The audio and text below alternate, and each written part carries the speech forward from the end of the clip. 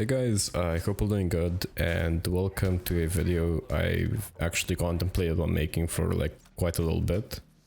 And I kind of did want for the whole trend of, oh look, Siege is dying, look at the charts, to kind of die out. Since I'm not trying to cloud chase whatsoever, I'm not interested in that, and I'm just trying to voice basically my frustration with the game, and I do feel like this video is going to resonate with you guys as well, because I don't think we're all that happy with the current state of Siege. So I'm essentially just making this video, as I said, to just voice my opinion and my frustration about the game. So I hope you guys enjoyed the video, and let me know what you think about the current state of the game in the comments below. Like, do you still play the game? Do you not play the game? If you do play the game, or like, even if you don't, like, let me know what bothers you the most about the current state of the game, or like when you last played it. With that being said, thank you for watching, and I hope you enjoyed the video. So, if we first reference the Steam charts, because people do enjoy referencing Steam charts, you can see that essentially Siege has gained a significant amount of people that have left the game beforehand. And the reason for that is essentially the new season that dropped, and also rank 2.0, which essentially gives people a incentive to not actually care about their rank as much, because rank 2.0 is essentially kind of a joke, where it's more of a battle pass, where you just play, and if you have like a stack or like it's to shit itself. And even when we try to get into a game, we have to try so many different things just to invite 5 people into one lobby so we can play rank together.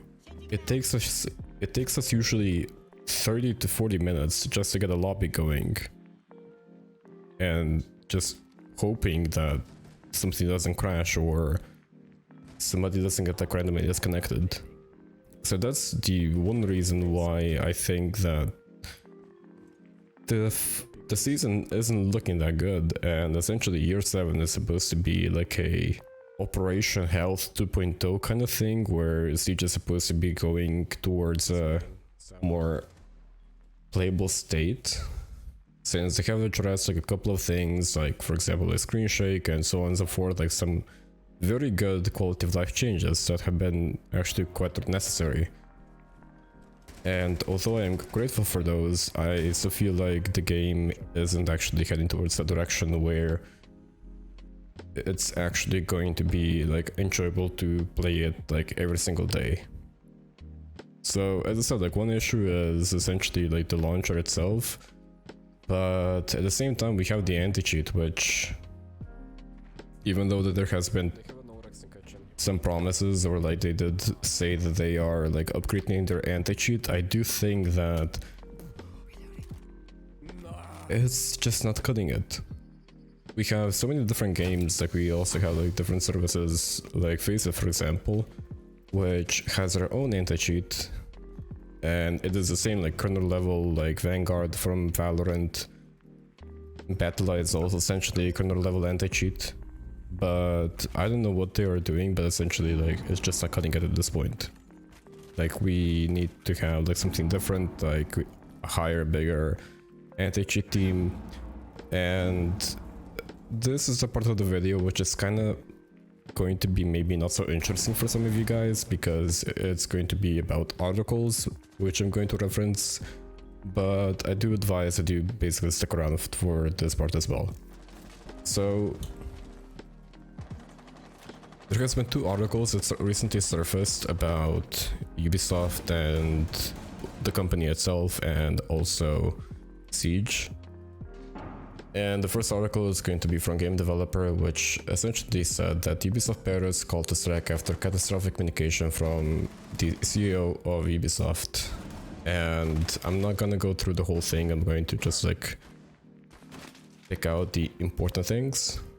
And Ubisoft has essentially been in a very big financial crisis, because their revenue for 2022 has dropped quite a bit. In 2021 they made a lot of profit, as you can see here, it's 0.60 billion.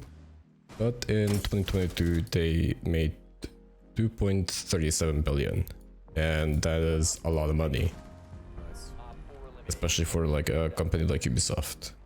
And because of their lack of revenue for this year, essentially the CEO of Ubisoft has said that today more than ever I need your full energy and commitment to ensure we get back on the path of success. Hearing that as a employee from your boss is essentially a huge middle finger to the face, because the company itself has put nothing towards the employee to make their work-life balance better. So an example of that is a 4-day work week or a raise, because we all know about the current financial situation. Like in general, it's not very good because of the recession and everything. A lot of things are more expensive, and you can also imagine that like a studio or essentially just a developer is probably tired after finishing a project. So something like, I don't know, you finish a game, it's finally done, you know, you want to take a step back, relax. Your boss is essentially like, no, you're losing money, keep working, no days off, kind of like that. And essentially the only thing that they managed to do, like the head of Ubisoft, is causing a strike. And the reason why they're losing so much money is essentially because of the fact that they are trying to make a lot of games. There is another article by PC Gamer here where they stated that Ubisoft's Rainbow Six Siege just became their most important game. And the first thing they write here is that Ubisoft opened up about its financial troubles, citing disappointing sales for recent games, the cancellation of 3 unannounced projects, for a total of 7 canned games in the last 6 months, and another delay of a game that I never heard about, and so on. And that is very, very tough for a game publisher. Imagine the amount of money that you wasted because you tried to make your games, and because of your low budget, you're not able to make them. The issue with Ubisoft is essentially they aren't making original games, even though they are made by Ubisoft Originals. As you can see here, they tried to make Destiny with Division 2, Skull and Bones, which is still in development, Ghost Recon Breakpoint, or for example, some of you might even remember Hyperscape. And they're basically trying to replicate big titles that have had success, and they just somehow manage to screw up something amongst the line. For example, for Hyperscape is they picked a point where battle royales were in a very low player base state, so a lot of people were like, yeah, battle royales are kind of stale, I'm not really interested in playing them, you know, they rather went to play, I don't know, like CSGO, whatever. And that caused the game to basically not be successful, because in my opinion Hyperscape would be a very great battle royale to play to this day even. And essentially because of them wasting so much money on different titles, they aren't able to support even Siege, because, you know, they throw away like, let's say 30 million that could be invested into Rainbow Six Siege. And the last point that I want to make for this video essentially is, if they want their games to succeed, which was actually my first response to the PC Gamer article on Twitter. If you don't follow me, you should. My first response to this article was essentially like, if you make Siege a playable game, like if you go into an actual Operation Health 2.0, where you're trying to address core issues with the game.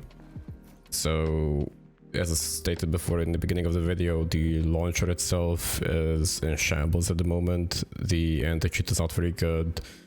The servers are also dying all the time, or I'm playing people who have like 100 ping or like even more.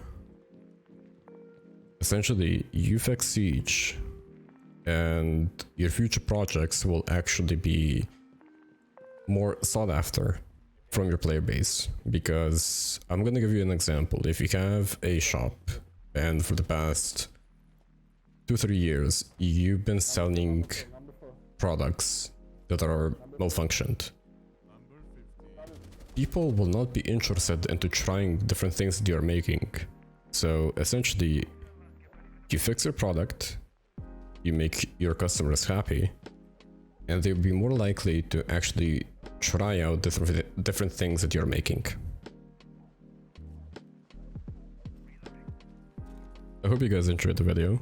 If you did, leave a like and subscribe, and as always, let me know your thoughts below in the comments. And again, good luck in the game.